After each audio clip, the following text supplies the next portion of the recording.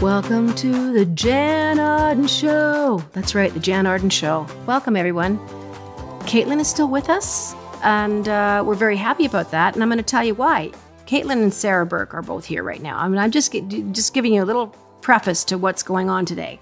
So when the layoffs, the big headlines, whatever you want to call that happened in the last couple of weeks with Bell, 4,800 people lost their jobs in media, news departments. Caitlin, as you know, has been at Chum Radio in Toronto for 13 years. And she, unfortunately, was one of the people that lost their jobs in a massive cut to save money and to all those things, or whatever they're saying that the reasons are, which were pretty lame as far as I'm concerned.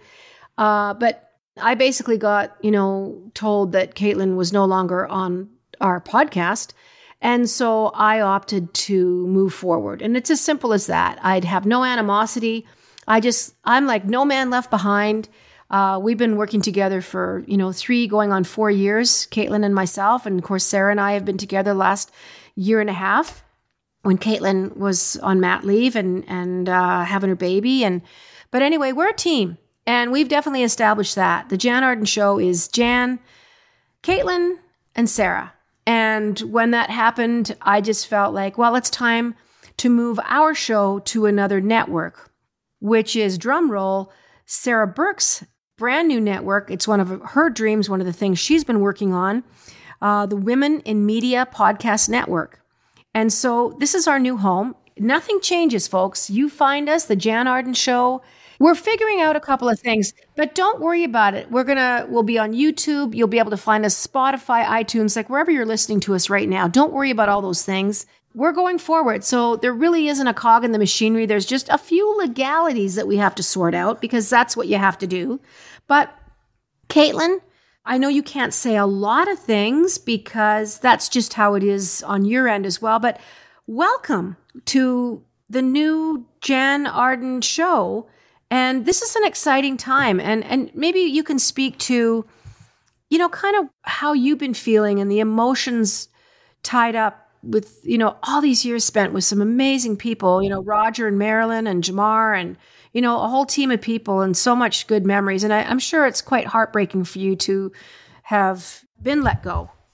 I will say that it is, it's weird. It's like kind of disorienting because so much of your identity is tied up in what you do, right? Think of how much more time you spend at work than you do almost anywhere else.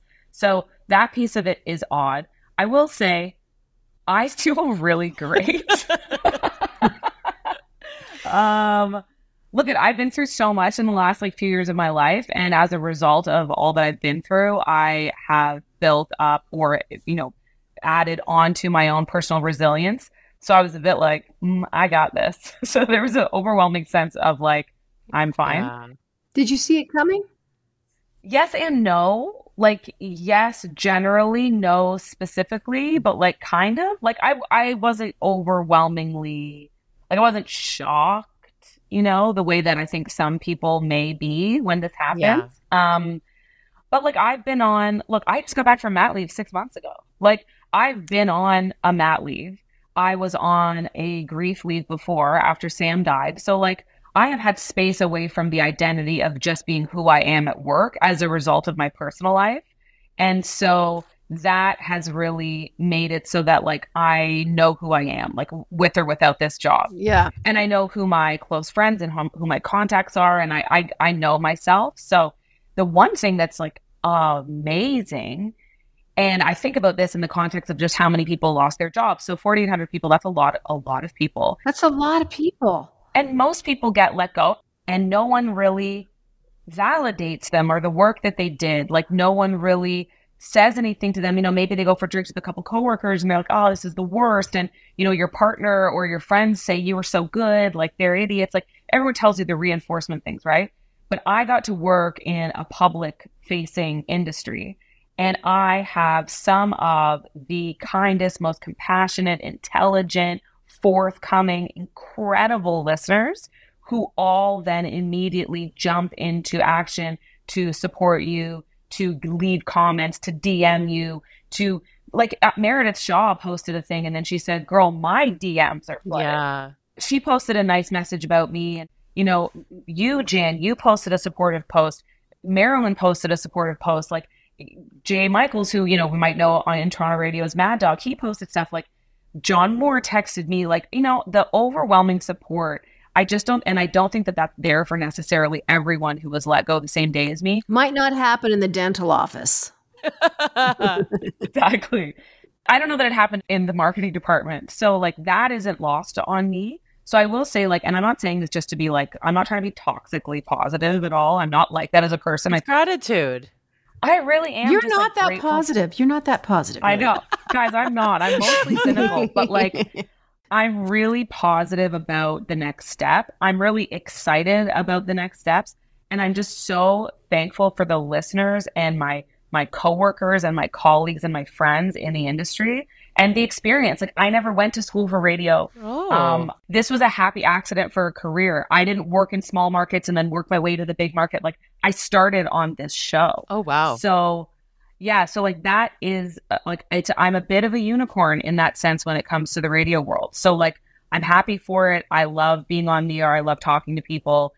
Maybe just to save my marriage so that Kyle doesn't like divorce me, so that because I'll talk his ear off without it. Like I will not stop doing this. Like if that means I'm just doing it on social or on podcasting or I go to another station or who knows what will happen. But like I love the world we live in now where I can immediately hop on a podcast, go to social media. Like the way that it goes when you get laid off is like you're done. You have to give 2 weeks notice, but you sure don't get it. So it's like a lot of people are like, oh, we never got to hear your final show or say goodbye. This is you controlling your narrative right now. Yeah. And like, that's just the way it goes. Like, it's not personal, it's business. Like, you know, you can't, like, I don't worry about it. And now I get to go say goodbye on my own platforms and with you guys. I'm like, it's kind of all good. Like, it's kind of all And good. you can't personalize those kinds of No. unilateral layoffs. You cannot personalize that someone has singled you out. You literally come up, you know, when they're literally crunching numbers and stuff like that. No, but I mean, it's not like there's anybody vilifying Caitlin Green or doing, I really believe that. It's very hard. Like even our prime minister did make a very public statement about these sweeping layoffs and what it did to media. Local news departments have been devastated right across the country. And it is kind of demoralizing I loved looking at local news. I don't want to see my news coming from the central office in Toronto. Yeah. I don't want to get it on your morning. I'm sorry. I don't. I want to know what's happening in my city. There's just a kind of information that's really quite charming. And you would know that better than me, both of you being in media. But anyways, we're thrilled to have you here. We're thrilled to be able to carry on with the Jann Arden Show. We have big plans. There's so many things that we've wanted to do that we kind of haven't been able to do because there's so many legal implications of, you know, we want to do live shows with the podcast. We'd like to invite you guys to theaters at some point and have you, that goddamn phone again. It's probably your lawyer going, stop talking to her. It's our lawyers. But we want to get some merch for the podcast. You know, I've long been thinking about this and talking about it with my office to get, you know, something like a reusable, a Toodly Doo t-shirt. And we need Toodly Doo merch. Like we absolutely do. We definitely need it. I love merch. I'm obsessed with it. And I can't wait for us to have it. Caitlin is actually starting her career in design as soon as we log off. Well, we're going to have our pictures on a t-shirt, like the three of us knuckleheads. We're going to have a nice or not nice pictures of us. And you know, we're going to start giving away some t-shirts and giving away some stuff. You know, if we have to do that to encourage you people to ask questions, to participate, to leave us voicemails. If you think you're going to get a goddamn t-shirt, well, maybe you're going to log on and have an opinion. But Caitlin, it's really exciting. I think the best is yet to come. What a great time for you to, you know, reevaluate, but you are going to be really missed. And I know that all your fans are so glad to be able to hear, you know, all the great updates that are coming in, you know, what's happening in entertainment and what's going on in the award shows and who's wearing what and all the goddamn reality TV. Speaking of which, go ahead, Sarah. Well, how could we launch this new voyage without Caitlin and Super Bowl thoughts, the halftime show. Yes. Okay, go. The halftime show, much like the game itself, I found very boring for the first half. You mean that Usher's dance moves didn't make anything flutter anywhere? No? The first half was just not what I wanted it to be. I found myself very like, can you do more of that song? Oh, we're already into the next one. Oh, what? Like I was kind of like, I know the medley was to be reflective of his journey in R&B. Some songs were left out. We didn't get OMG. We didn't get Love in This Club. We didn't get You Make Me Wanna. Oh, yeah. We did inexplicably get an Alicia Keys song, which I was like, okay, I love Alicia Keys, but like not right now. And then, so there were a few things where I was like, on the production side, I honestly just would have tweaked. Like, it's not that I don't think Usher's a fantastic, talented performer. I think he did a great job. I just was like, why this song for this long with this person in this way? Like, the producer in me came out and I was like, he should have been on roller skates for way longer. Like, that was incredible. Yeah, I don't know a lot about football, but nothing seemed to happen there for a long time. It started happening in overtime. Yeah. I think that's when the actual game started, is when they went to overtime. Yeah. Then I feel like things started getting going. And it's so funny. I've heard someone say, in what world was, Kelsey, David Letterman calls him Kelsey Grammer. I think it's so funny. You could hear he was talking about the game and in what world wouldn't the Chiefs win and stuff. And he kept saying Kelsey Grammer. He goes, who is it? Travis Kelce. He goes, what was I saying? Kelsey Grammer. Oh my God. It was so fucking funny. For the record, the morning of the Super Bowl, Jann texted us in our group chat, "Go Jets." Well, that's kind of how I felt.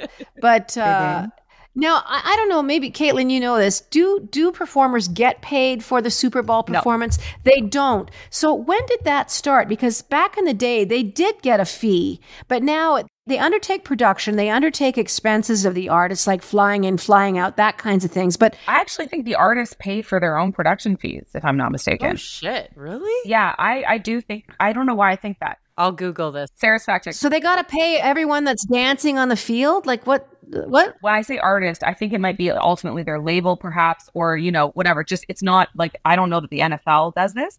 Or maybe it's Pepsi, because isn't it sponsored by Pepsi? Anyways. The NFL covers travel expenses and parking. Thanks. But other than that, travel and production costs, all of the performers singing at the Super Bowl are singing for free.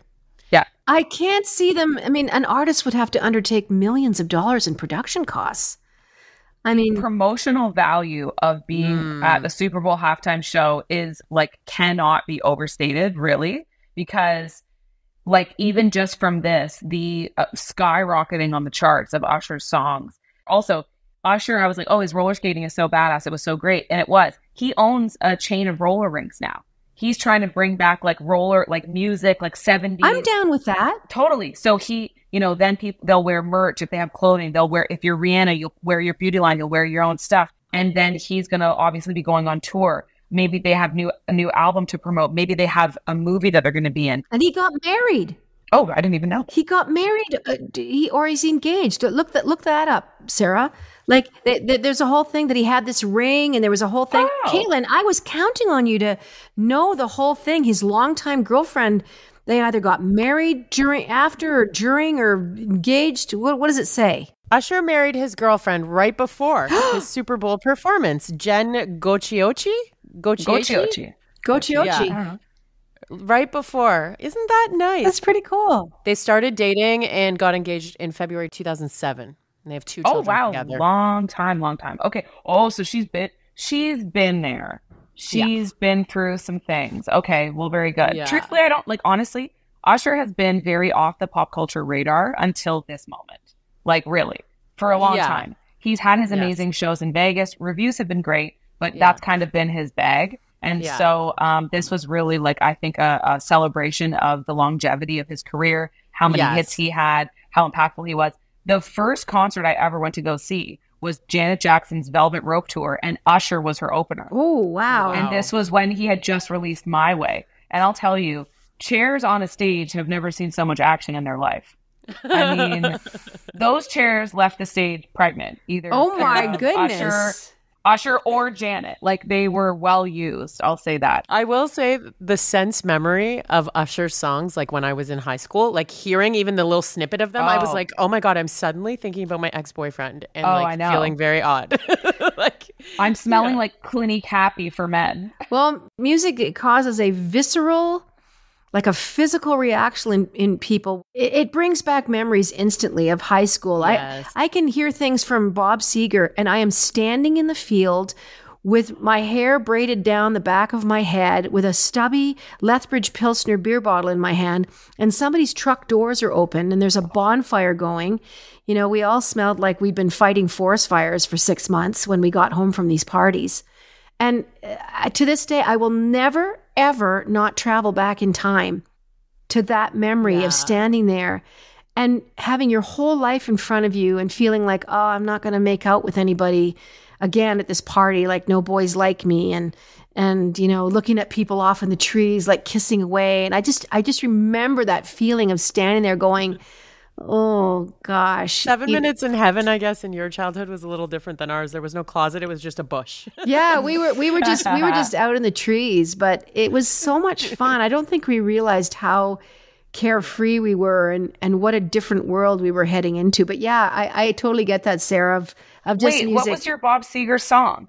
We've got tonight, Sheena Easton. We've got tonight. Who needs tomorrow? Why don't we stay? I love Bob Seger. I friggin' love him. I discovered him during the pandemic lockdown. What? And yes, I never grew up listening to Bob Seger, but I don't know why I got into, like many people, a nostalgia kick of, like, you know, wanting my playlist to harken back to a simpler time when I wasn't stuck indoors. And so I started getting suggestions on all my playlists, and it started suggesting Bob Seger, and my husband grew up listening to Bob Seger. And I'll tell you now, my memory of Bob Seger is the lockdowns. And so I love Fire Lake, but Ramblin' Gamblin' Man, I'll tell you, if I ever had to escape the police, I would do it with that song on. Like, very specific. That song is so good, and like Night Moves, and anyways, I love Bob Seger. I would see him if he went on tour. Well, the thing about having a career like that with Bob Seger, for some reason, was like kind of like a thumb with eyes. I say that with love in my heart. You know, you've heard me say that before. He could have walked through a Walmart on a busy Saturday afternoon and no one would have known who he was. Oh, I know. He didn't have one of those phases where you're like, Tina, that's Bob Seger. Tina, look. Like, he could just walk through because he looked like everybody. The black beard, you know, maybe someone would have said, Tina, there's the guy from Alabama. Like, he just didn't, you would never know him now. The guy is alive and well. My only other Bob Seger tale that I have is he worked with Bob Rock. And this is a true story, he apparently has a lazy boy chair that travels in an anvil huge case, a huge case. The case lifts off, like 3 guys lift it off, and it's a chair that he sings in. So imagine him singing Fire Lake, sitting in a lazy boy chair with a mic on a boom stand, and that's the chair that he sings in when he records his records. I kid you not. Wow, that's not good for the diaphragm. I love him, and I could not love that story more. It's so perfect and apropos. If you look at him on his album cover art, that is a man who records in a lazy boy. Yeah. I mean, that it is like so on brand. He just needs to be sitting there and doing his thing. But I love it. Yeah. Okay. Beyonce, guys. Oh, Beyonce. Beyonce. I know Caitlin had lots of thoughts on this. So how awesome to just drop a little secret announce via Super Bowl commercials. What were your thoughts on that? Well, because Jay-Z is the music director of the Super Bowl now, like that with the NFL. Like, he's in charge of their like music partnerships. So it did not surprise me. I thought something was coming. I figured when we saw her at the Grammys and she was very cowgirl chic, like it was a very intentional, almost music video look for her. I was like, oh, she's doing something with Houston because she's from Houston. Exciting that she worked with a bunch of Canadian producers. I think Bulo is one of the producers on her new song. Lowell. Yeah. There's 2, and I forget the last one, but yeah, three Canadian writers on the song. I feel like her and Taylor are ruling the world right now. They are. Yes. They are. Did you guys see the album art or the cover art, like for the song? It's hot. It's hot. Yeah. I was like, That is the world's smallest heart. Yeah. Jan, do you know the heart we're talking about? No, It's covering her little lady area. her ding ding. Well, I would actually need a human heart, like plunked in front of me, that was taken off of a cadaver. Well, a cadaver. So, cadaver? Cadaver. One thing I've really enjoyed over the last 2 days is hearing friends who work in country music, the debates. People are pissed. Is this country? The debate. Is this country music? And everyone's like, she's from Houston. She belongs there too. And also when Lil Nas X did Old Town Road, everyone was like, this isn't right. He's a hip hop artist. Go back and look up the history of Black cowboys in the US. There is a ton of them. It's just not what they started the genre. Yeah. This is the whole, so I feel like there is room for everybody, and Beyonce is Beyonce, and if she wants to do country, she's going to kill it at that. Our genre's starting to get kind of tired anyway and a little bit frayed at the edges. I mean, when I look at, I have 15 albums on streaming devices. Depending on what cut you look at, I've seen country, alternative, independent, adult contemporary, to pop. I've seen everything. They've called some of my stuff country. And I'm not the one putting the labels on me. It's who's ever listening. So I think the lines are becoming blurred for sure. And I don't know why. You should wear a cowboy hat at the Junos this year. I will not be at the Junos. So don't worry about that. I don't think where are they? They're in Newfoundland, aren't they? Halifax this year. Halifax. Well, that'll be a rockin' good time. Oh, that'll be fun. When is that? I want to go. March. Yeah, and I'll tell you what, Caitlin, I don't know if I'm covering for them this year or not on the red carpet, but if I'm going and if I have a room, you are welcome to join. Hell yeah. That's right. Anyway. I have so many friends in Halifax. There you go. Look at that. And I also want to say, and I shouldn't bring this up, but I'm going to do a Beyonce thing right now. Rick Mercer and I are going on tour. Oh, and we're doing 17 shows from Newfoundland to Vancouver Island, and we're going to be out at the big arena out in St. John's. So I think that those dates start happening the end of April, and we're going to put the on sale up pretty quick. But I think it's going to be really fun, and we're literally just talking about the Rick Mercer report, the stuff that we've done, our books, our friendship, and it's a really funny night. So you do it together. It's not two sets. No, it's not stand up. We're sitting out there in chairs. We've got microphones, and we take audience questions. So look for that. Rick wants to call the tour, Will They or Won't They? An Intimate Night with Jann and Rick. So I said, are we going to have adjoining rooms? He goes, wait till I tell you about the time when I had an adjoining room with Conrad Black. I'm like, oh, You're God. Save it for the show. Save it for the exactly. That's exactly what I said. I said, I can't talk about that right now. Please stop. But girls, we're on an adventure. This is, this is really big. And I just need to speak to it again about, sticking it out with your friends. Loyalty is so important. And, sometimes you can't let Big Brother kind of wield its anonymous arms over your head and expect you to kind of go along with the status quo. And just on a personal note, I feel like I was very underestimated by, a group of people that really probably don't know anything about me. And like I said earlier, it was one of those unilateral decisions that wasn't meant to be personal. But when you're at the other end of those decisions and it is personal, everyone seems quite surprised by, making decisions based on, well, no, these are my friends. These are my coworkers. These are the people that I love to work with. And so I'm sorry, but our show has to just go on in a little different way. And if you're finding yourself in those situations wherever you are, you got to trust your gut and make sure that you know that those decisions are always the right decisions. Even if it doesn't feel like the safest place when things start happening, you're like, oh, but what if, and oh, those guys, and that might happen. Just human connections and the people in your life, that's what makes up our lives. That's what makes it. It's not an invisible corporation. Go ahead, Sarah. Do you know that you showed more leadership in this decision that you've made than any leader I've ever worked for before? Oh, well, thank you. It's too bad that I have to let you go. No, but thank you, Sarah. It's an easy decision. And I'll tell you what, it's a heck of a lot easier when you're 61. It is. It is for sure, but I think, our listeners already know this, but like, let me give a resounding confirmation that, like, as the kids would say, Jann is a real one, like truly the real deal. And so you're not like putting on any front, like ever actually, and you're willing to stand up for what you believe in. And it just shines through all the time. It's damn near inspiring. So I mean, Oh my God, people I'm gonna love cry. it. But I know without even having to take a beat that both of you would do the same thing for me. You would not leave me behind. If it was your show, Sarah, if it was your show, Caitlin, and this is our show, this is definitely our show. Yes, my name's on it for all accounts and purposes, intents and purposes rather, but you would do it for me. So it's an easy decision. I'm so grateful to be a little further ahead of you guys years wise, because I am the crone in the trees with the stick, and I will not be bullied, even if it's in a general kind of underhanded passive aggressive sense, because it is bullying. And I do want to inspire other people. It was an easy decision to make, and we're going to have a lot of fun, and the best things are yet to come.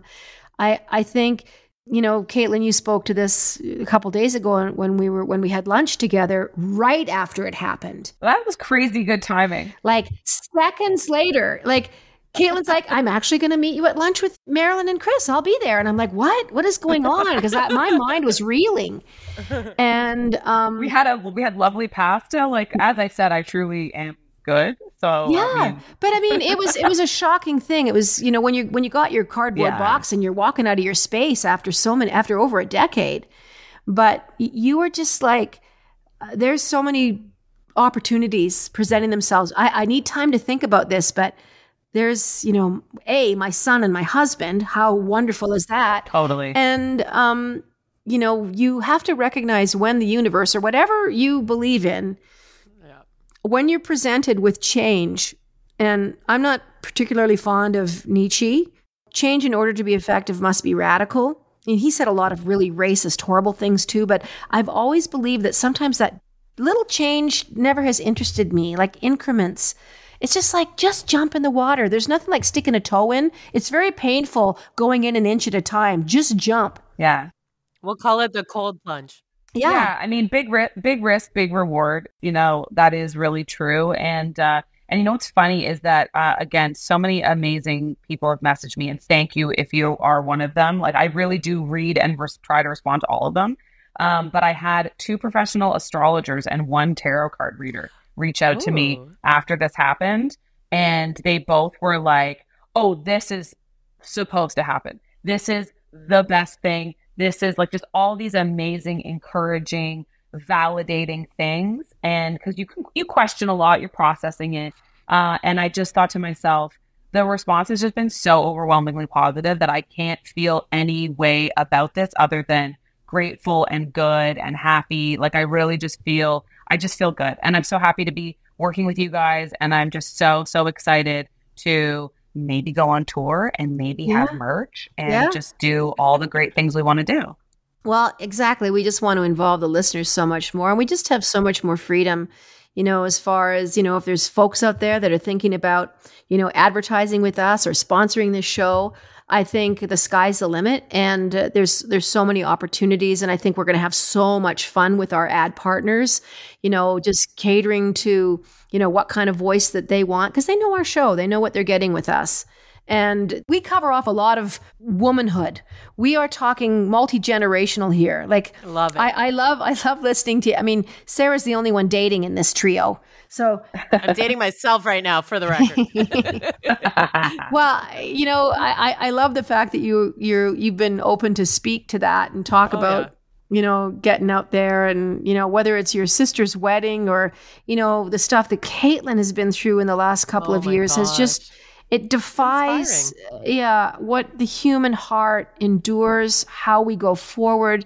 I think your story, Caitlin, was so inspiring for everyone that knows you, not only your friends and your family, but the listeners and the fans of the show, how you let people in and what you and Kyle went through and Sam went through, the son that you lost. And that's been inspiring to see, because I think we have to be transparent and we have to share our grief. A grief shared is a grief lessened. Yeah, I agree with that statement. And we don't get to talk about grief enough because it's hard. Yeah. And people don't want to deal with it until they're thrust into it, which is fair.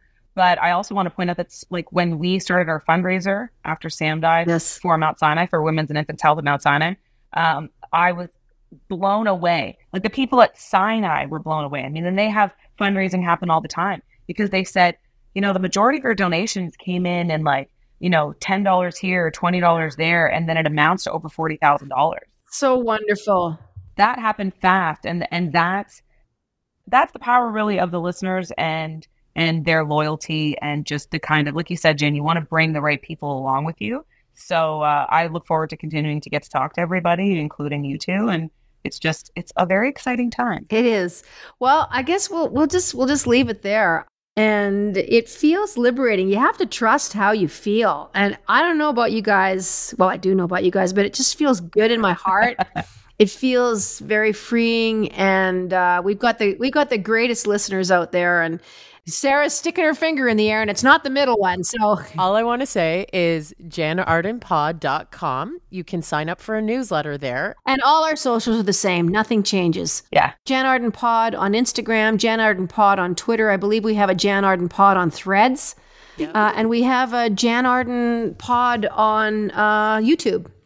So don't dismay. None of that stuff is changing. That's all ours, lock, stock, and barrel. So thank you for listening. Caitlin Green, Sarah Burke, love you guys. We will see you next week. As always, toodly-doo.